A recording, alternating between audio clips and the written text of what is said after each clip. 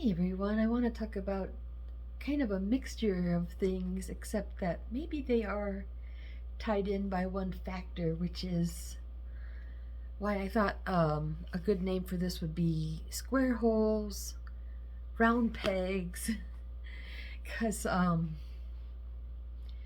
does seem to be this type of rectangular hole or something that I'm going to be talking about, but the terms uh, square holes, round pegs was a chapter in one of the books written by Robert Monroe, who specialized in the subject matter of astral travel.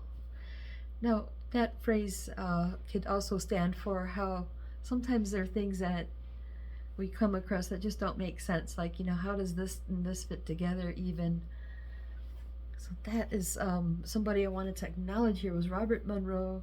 I think when I was younger and my dad and I would go into the bookstore, I like to pick up books about psychic phenomena, and I must have had more than one. I just remembered him really well as somebody that he must have been well known. I'm just getting the impression this is a very professional person, very logical kind of dude, and what he's describing is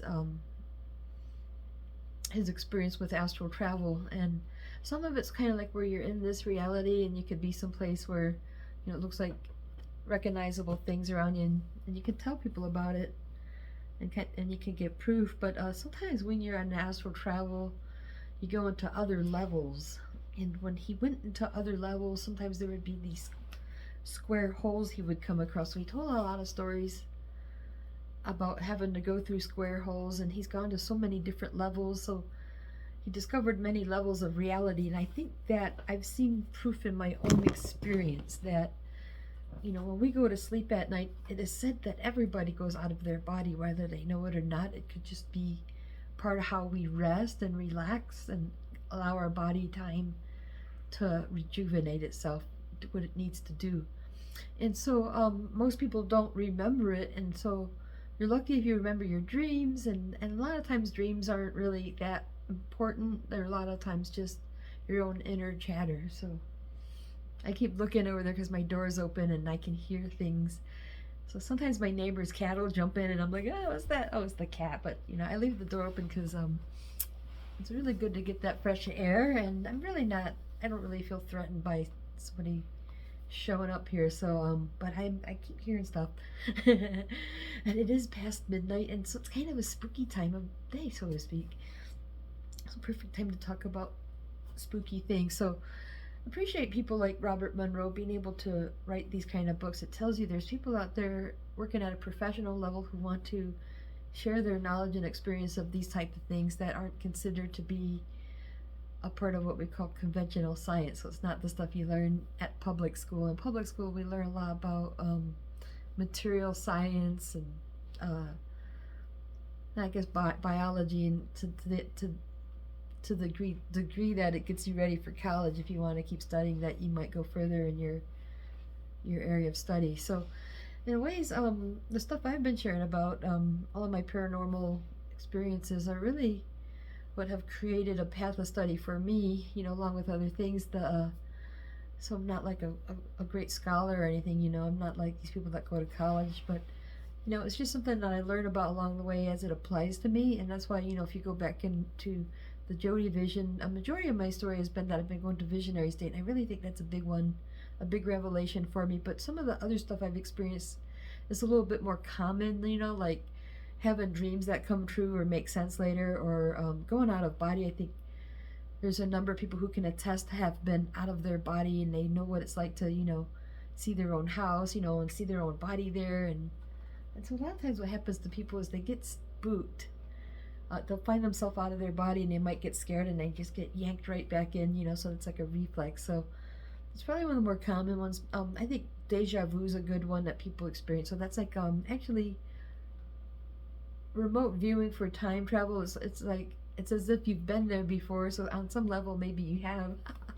So it's like a small taste of time travel or re-experiencing where you've been. So. And so that's deja vu is like a mini version of like what I've been talking about, like going from one point in time, a matter of months into the future, being gone for months, right? going all the way back and then going through it. That's like pretty much deja vu, just like a bigger, fancier version of it. So that's kind of my favorite story to talk about. And then, but like the hang on, you know, it's one of my favorite little kid words I made up for. It was kind of like seeing a sphere of light, you know, in my room, and it scared me because it seemed like it was a living sphere of light. So these are things that may factor in on other experiences, like when you come in contact with ghosts or entities or these square-shaped portals. So, anyways, got an itch.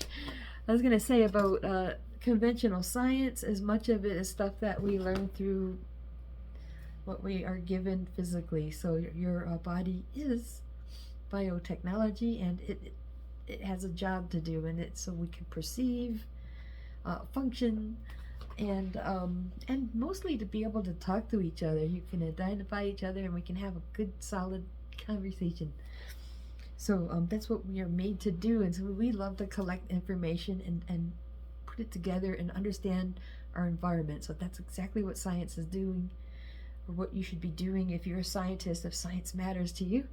I think that's basically what we're doing, is taking what we can observe and breaking it down and trying to explain what we are seeing given our physical senses. And so what I hope to see more of is people using their other senses. So absolutely use logic and reason first and foremost, but then after that, you know, a little bit of intuition's okay to be used as a scientist. So when you're trying to understand your environment or trying to understand things that are bigger than you can see, sometimes you get a little bit of intuition that might give you a boost, and you'll start asking good questions, and that's where answers will come from, asking good questions. Then you will find a way to research and find out. So sometimes we just see something, we want to know what's going on, but sometimes we get an idea. Anyway, so that's where understanding astral travel and all this stuff can be useful, or just even going into this conversation. So let me see. So what I wanted to say about this is it's twofold. I think, you know, so a little bit of stuff I've seen, kind of like dreams where I've experienced some of these square holes.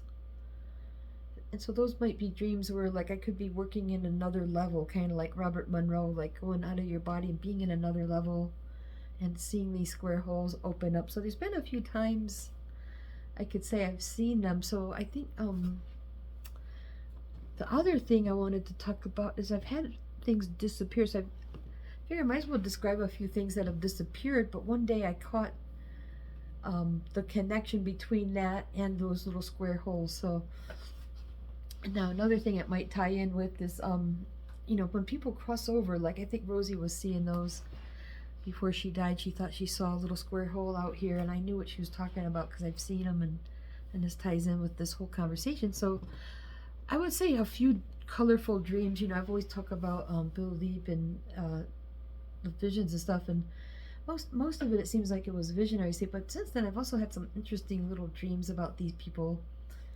And one I talked about before, like I can't remember what the title of the video was, but I felt like, you know, I must have been out of body or dreaming that I was out of body, and it seemed that I was someplace where I could see Bill just laying on his bed. But it was kind of weird because, you know, his feet was to the wall, you know, because you could see the wall in the window.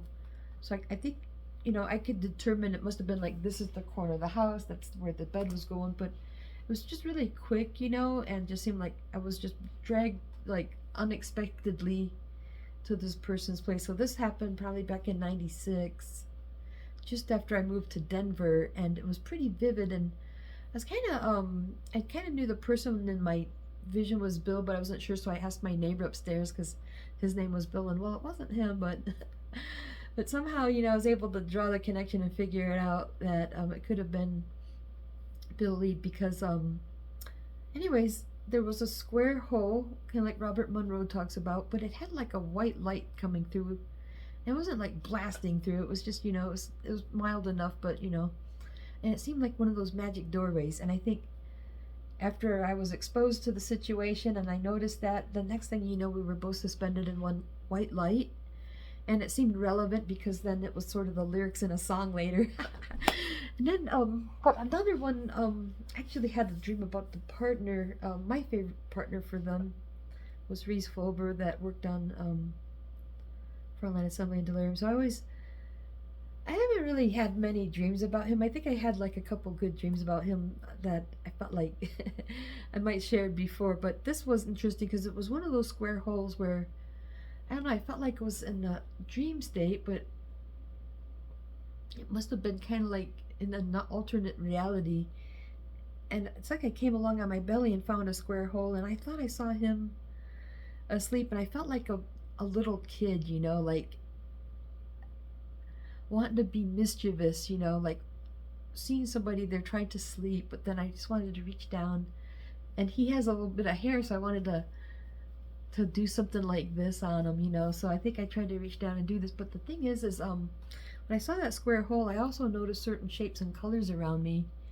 And so later on there was some news about the guy, because I think what happened is they split up, and then he had to find another partner, Chris Peterson, to do the next Frontline Assembly. So by the time I got that news, so it's kind of silly that I remember stuff like this in my life, right? But it's just interesting that they painted the halls to my building the same color, and seeing that dream about Reese Fulbright, I kind of thought it was interesting just because of it seemed to be a time frame type of thing. Like, it didn't make sense at first, but there was something in it that made me remember it. And I think another one, I felt like I was walking down the street near my apartment building. Like, I came out and just was walking down, and all of a sudden I look over and there was this little square hole, and I felt like I got drawn through it, and next thing you know, I was like a small animal. I don't know if I was a cat or a dog, and I came trotting across the floor, and I was jumping on somebody's lap, so I must have been an animal. And you know how animals want to jump up and lick somebody on the face, so I must have been doing that very thing because I could see the person. And so I thought that was another example, because what could have happened there. So I think I'm looking at the first example because we went into the white light through the square hole. The second one, it seemed like a doorway, like I must have been, you know, in dream state and astral travel or whatever. But it was just that square hole and the way the colors came together. There was some news about this person. But this third one I talked about, it was like a dream state experience, but when I got drawn through that hole, it almost felt like my awareness was in an animal.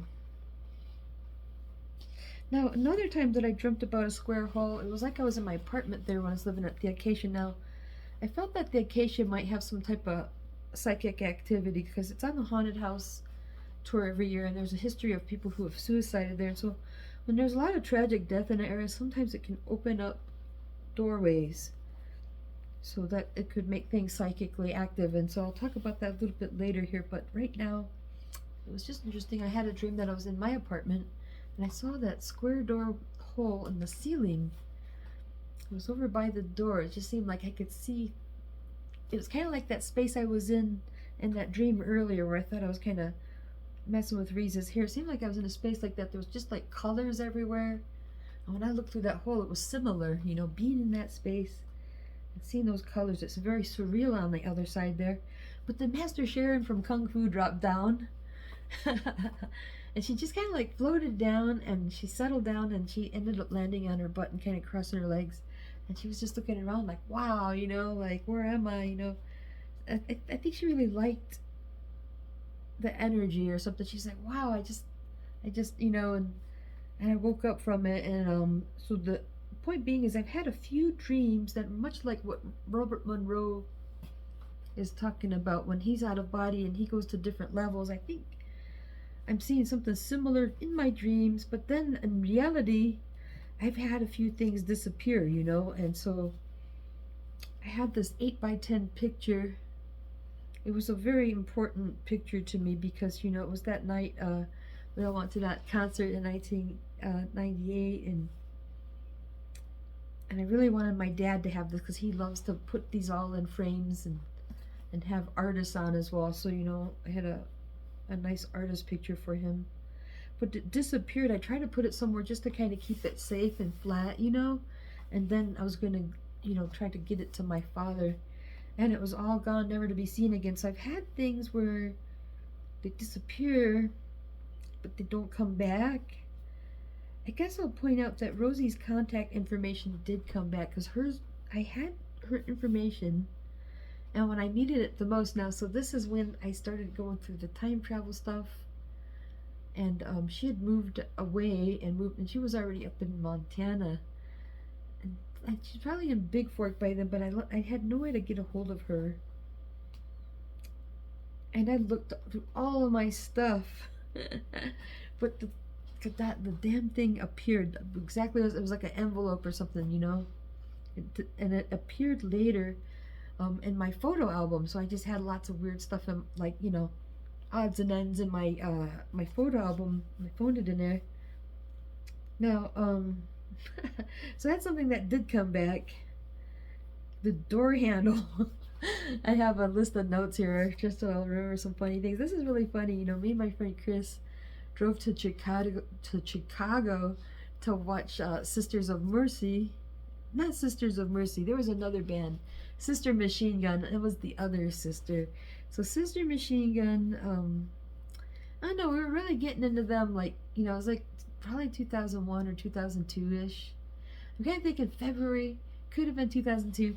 And I was a cab driver, and so I did something kind of naughty. I used our taxi cab to drive out to Chicago from Denver. And there was this young guy living upstairs from the guys from the band and his wife, you know. And so it was kind of weird because, like, you walk in his apartment, like, I think the front door probably locks, but you go up the stairs and you're inside, but he had, like, a screen door, and the handle doesn't do anything. It's just like, you know, just hangs there, you know, like.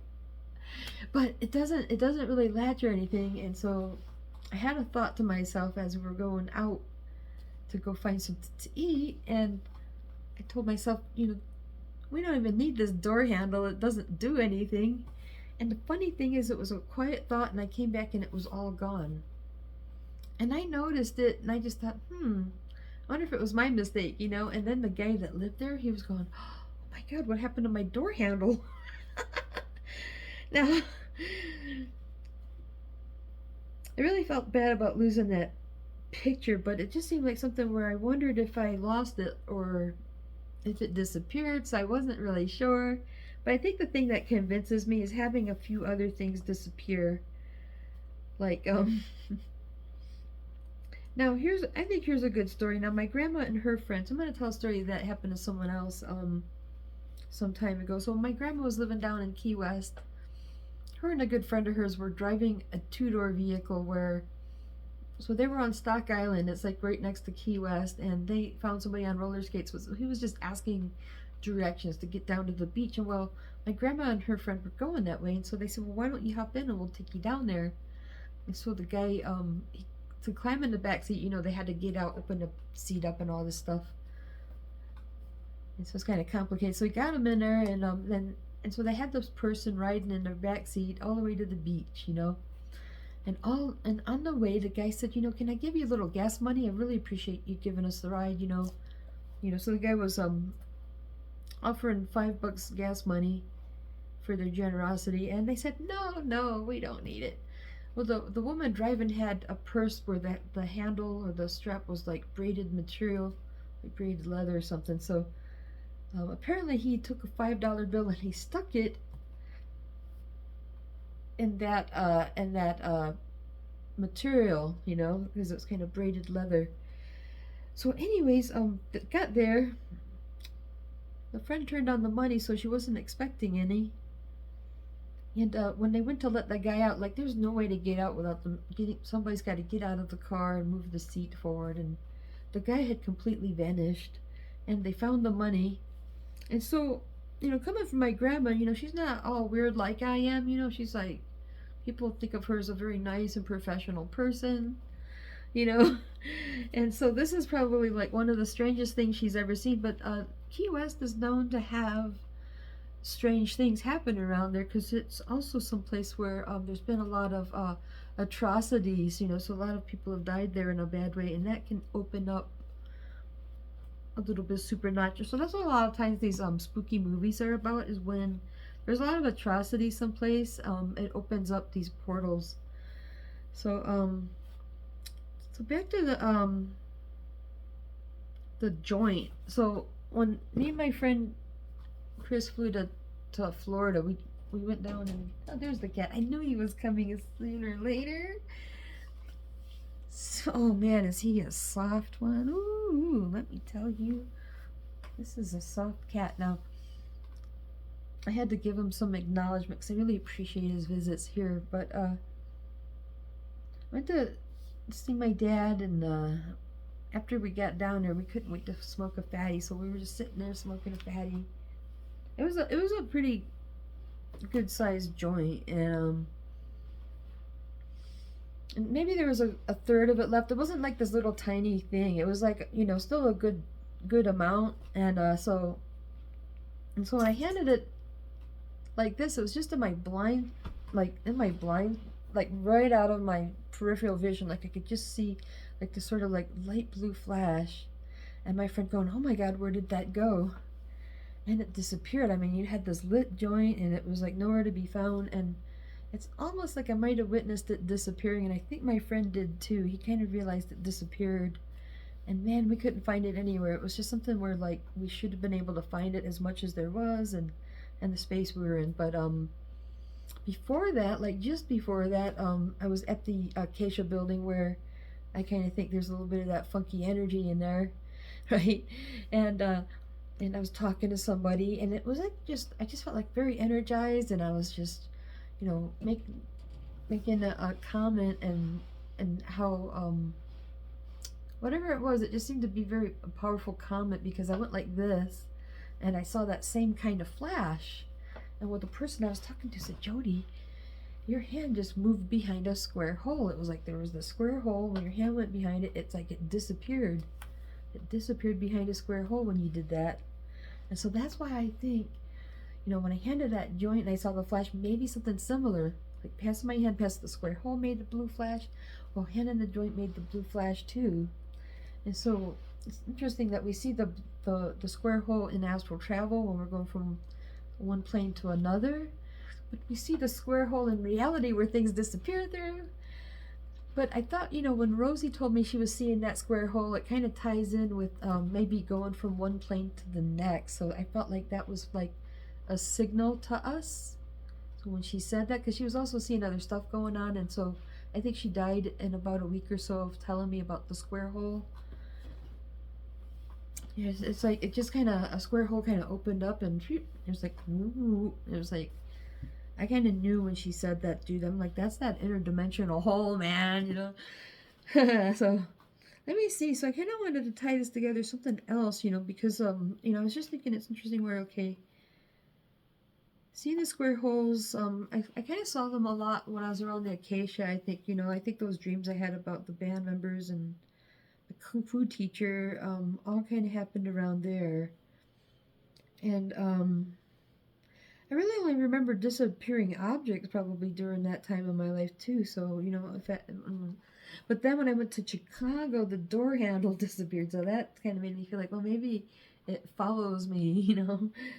But then my grandma told me her story, and I was like, well, Key West, it's kind of a powerful place, you know. But before Rosie died, she saw that square hole, so that could have something to do with interdimensional stuff. So, but along with that, I remember one day I just felt like, and I don't always experience this, but I was out and about.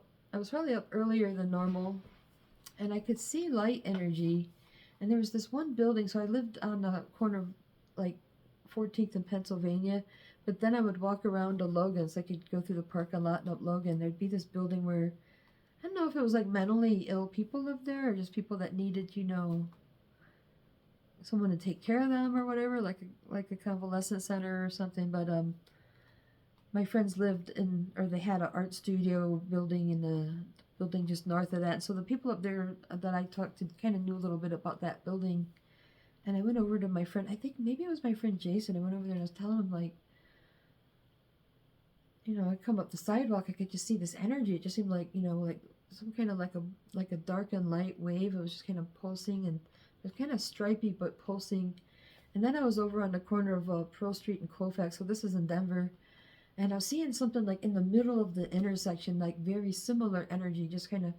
So everywhere I went, you know, I could kind of see the energy, but man, when I got around these certain locations, it was like really strong ones, you know. And so I told somebody about that, and they said, well, Native American people talk about something similar, like, so I don't know if they said they were rings of fire or something like this, but it's where, you know, a lot of, like maybe there were a lot of accidents on that corner, that intersection of Pearl and Colfax, so that could be why I seen the energy there. And then there's a lot of people who died in that building as well, where I saw the energy real strongly that day. And so something to do with where people cross over could adjust the energy or create portals, you know. And so again, that ties in with what you call the those horror movies, you know.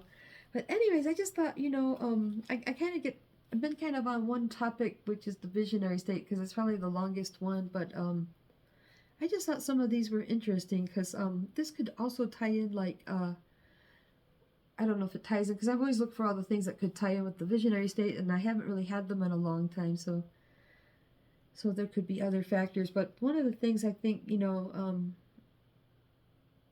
when I thought about is living at the Acacia, I was really kind of concerned maybe that thing, living at the Acacia, could have been taking an impact on my psyche, you know, because but there's a lot of other things, like, you know, I was using psychedelics in the 90s, but, you know, the reason I wasn't sure I could point the finger to that is because the visionary state experiences started when I was 6 years old, and I wasn't messing around with anything like that. You know, I thought I was going to be drug free and all this stuff till I got a little older, you know, till I got to the end of high school. I thought I was going to be drug free because I was going to Taekwondo, and they were teaching us, you know, to try to stay clean, you know. So I was really into that before, but there's also, like, you know, other positive, you know, it's like really hard to figure it out, you know, but that's why I think it's interesting is the visionary state, it seems to stand alone. And there's a half a chance, you know, that the times that I started messing a little bit with, like, mushrooms and stuff, LSD, could also open up the potential for the visionary state stuff and other such things. But I think, you know, these little portals, I was listening to, I think, somebody else's video talking about people kind of think, you know, that we're shifting to the next level or whatever, like, you know, so we're pretty dense, and we become less dense and become more of a plasmic nature as we go through the levels in the each, you know, galactic system. So so people that talk about the galactics and all this upstep and all this type of stuff, there's this person that likes to talk about that type of stuff, saying that sometimes shit disappears. And I'm really lucky, like, I haven't had anything too important disappear, at least not that I know of, and I just really hope it doesn't happen. Cross my fingers that it doesn't happen anymore. But because, you know, you're experiencing maybe, you know, a combination of seeing these small holes, or also seeing that coincide with the things that are disappearing. So I don't know if anybody else experiences this, but it's an indication that there is, you know, there's like an anomaly for the reason of energy shifting. Maybe it does mean you're in a location that it could be more reactive in that way than another location. So it might depend on where you're at the Earth, and also depends on the human activity that has occurred there, you know, that could determine this type of stuff. So that's another reason it's an interesting point. So it's kind of an indication that it's going on, so that these portals are around us or something. And maybe it's because I'm developing things that I don't have a lot of control of, so you could have little accidents and slippages, because it's like, thankfully they're just small things, but it's an indication that, you know, you might have a power that you need to try to what you call gain more mastery of. So maybe I have some magical powers, I must gain mastery so I don't accidentally disappear things. You know what I really don't want to do is make things disappear. I want to make things appear, rather. Like, I'd rather, you know, instead of having my joint disappear, I really just want to be sitting there going, like, especially if I didn't have any pot, you know, it'd be nice if I was just like, man, I sure wish I had that joint I lost that time, and it just like it reappears, like, boom, and it's lit too. I don't even, like, what if I didn't have a lighter, it's lit, oh yeah, you know. That'd be convenient, you know. It'd really be nice if that picture came back. And then other than that, we don't really need the door handle, but, like, yeah, you know, I was lucky enough to find Rosie's information And it just seemed like it was being kept from me. So I would have to like go without her help, man, because that was what really sucked, is I couldn't get her help clear until 2002. So then I finally got a hold of Rosie. At any rate, I just wanted to share about this other funky anomaly of things disappearing, but seeing that how it coincides with possibly these interdimensional square holes that you don't want your stuff to get lost in. So anyways, you guys have a spooky night, and I'll talk to you soon.